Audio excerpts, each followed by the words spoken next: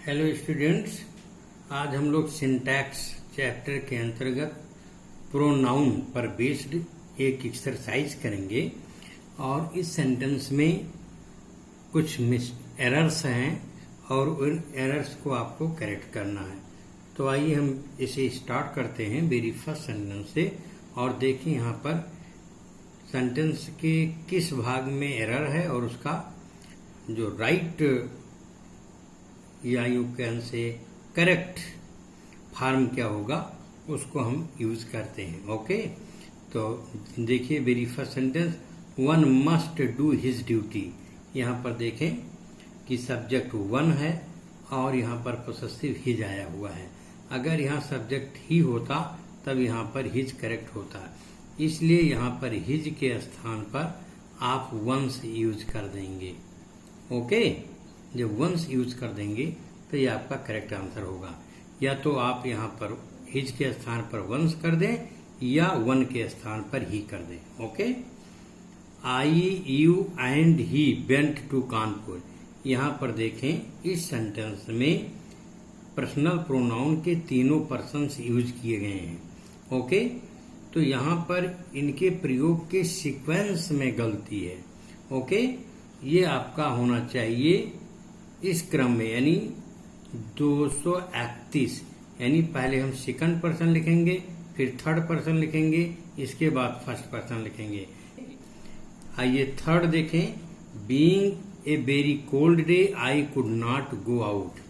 तो यहाँ पर आप यूज करिए इट, इट प्रोनाउन लगा लीजिए। It being a very cold day I could not go out. Next है, you should avail of this opportunity. Okay, यहाँ पर आप देखें यू शुड, यहाँ पर यू सब्जेक्ट है और इसके साथ में अवेल आया हुआ है। तो अवेल, रिजाइन, रिसेंट, इन सभी के बाद में रिफ्लेक्सिव प्रोनाउन का प्रयोग होता है। तो यहाँ पर आपका सब्जेक्ट यू है और इसका रिफ्लेक्सिव होगा योरसेल्फ। तो आपका जो करेक्ट सेंटेंस होगा वो होगा you should avail your self of this opportunity. इसी तरह से आप फिफ्थ सेंटेंस देखिए, इट इज मी।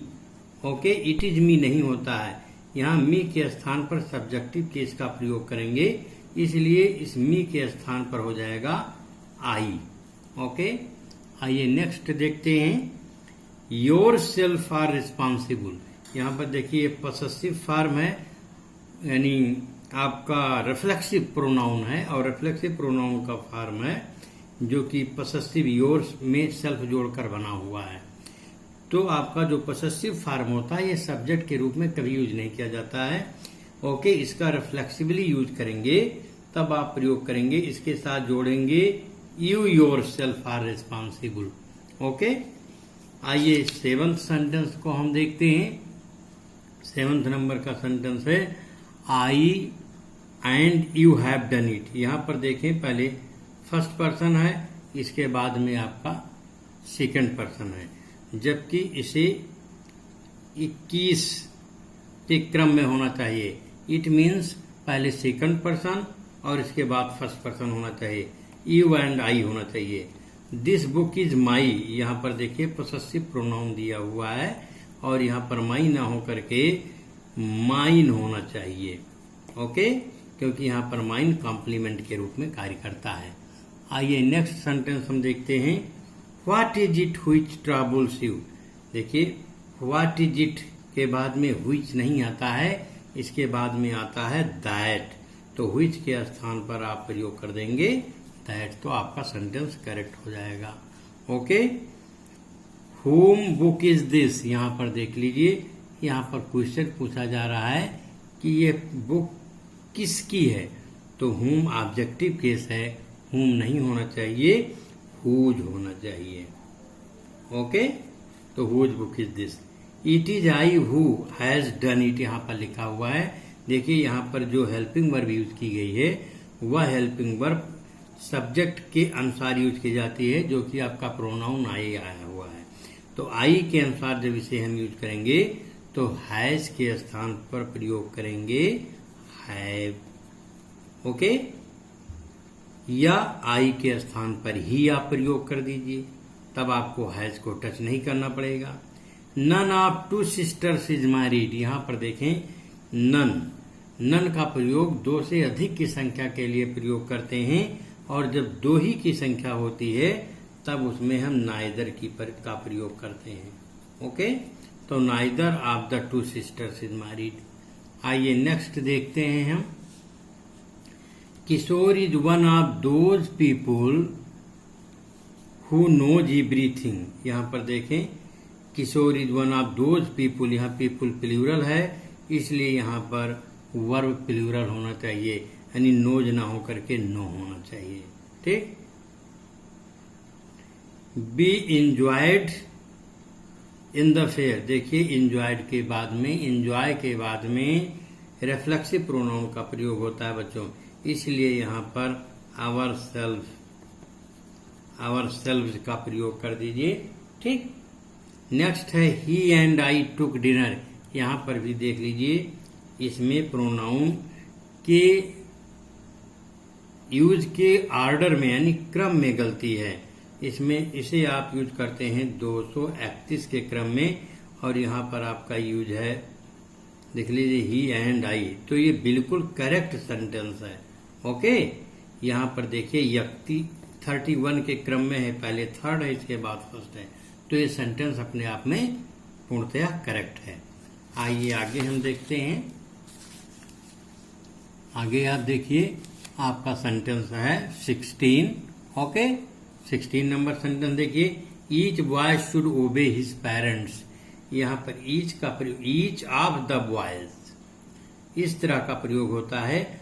और जब ईच का प्रयोग यहाँ पर हम नहीं करेंगे, जब व्यापक अर्थ में इसका प्रयोग करते हैं तो हम लगाते हैं every boy should obey his parents. Neither of the two boys are good, देखिए नाइदर और आइदर दो व्यक्तियों के लिए यूज किया जाता है, और इसके साथ जो ऑक्सिलरी वर्ब यूज की जाती है वह सिंगुलर में यूज की जाती है, इसलिए आर के जगह पर बच्चे आप इज का प्रयोग करेंगे।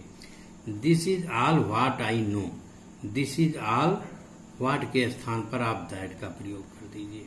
Okay, it is not me, यहाँ पर मी का प्रयोग आप नहीं करेंगे, यहाँ पर आप सब्जेक्टिव केस का प्रयोग करेंगे, आई होगा। लेट यू एंड आई, यहाँ पर क्रम देख लीजिए, यहाँ पर ये क्रम आपका बिल्कुल सही है, यानी 231 के क्रम में करके देख लीजिए, तो आपका यू है और इसके बाद आई है, तो ये अपने आप में करेक्ट है। This is the same pen, which के स्थान पर आप दैट का प्रयोग कर दीजिए, आपका सेंटेंस सही हो जाएगा। ऑल व्हिच ग्लिटर्स, देखिए ऑल, एनी, कुछ ऐसे वर्ड्स हैं जिसके बाद में व्हिच ना करके दैट आता है। ओके, बहुत इंपॉर्टेंट सेंटेंस है, तो ये होगा all that glitters is not gold. Okay, आइए नेक्स्ट देखते हैं। Ram and Sita love one another, देखिए दो लोग हैं, और वन अनदर और ईच अदर का अर्थ होता है आपस में या एक दूसरे से। जब दो ही की संख्या होती है तब हम ईच अदर का प्रयोग करते हैं, और जब दो से ज्यादा संख्या होती है तब हम प्रयोग करते हैं वन अनदर। ओके, तो इस प्रकार से आपके 23 सेंटेंस में ईच अदर हो जाएगा और 24th में हो जाएगा one another. And the last sentence है uneasy lies the head which wears the crown, तो क्राउन होगा यहाँ पर, और व्हिच का प्रयोग नहीं करेंगे, ये इंपॉर्टेंट सेंटेंस है, इसके साथ आप प्रयोग करेंगे दैट का। ओके, तो ये आपका एक्सरसाइज प्रोनाउन पर बेस्ड रहा है, और आई होप आपको इस समझ में आ गया होगा। यदि आप चैनल पर नए हों तो इसे आप सब्सक्राइब अवश्य कर लें।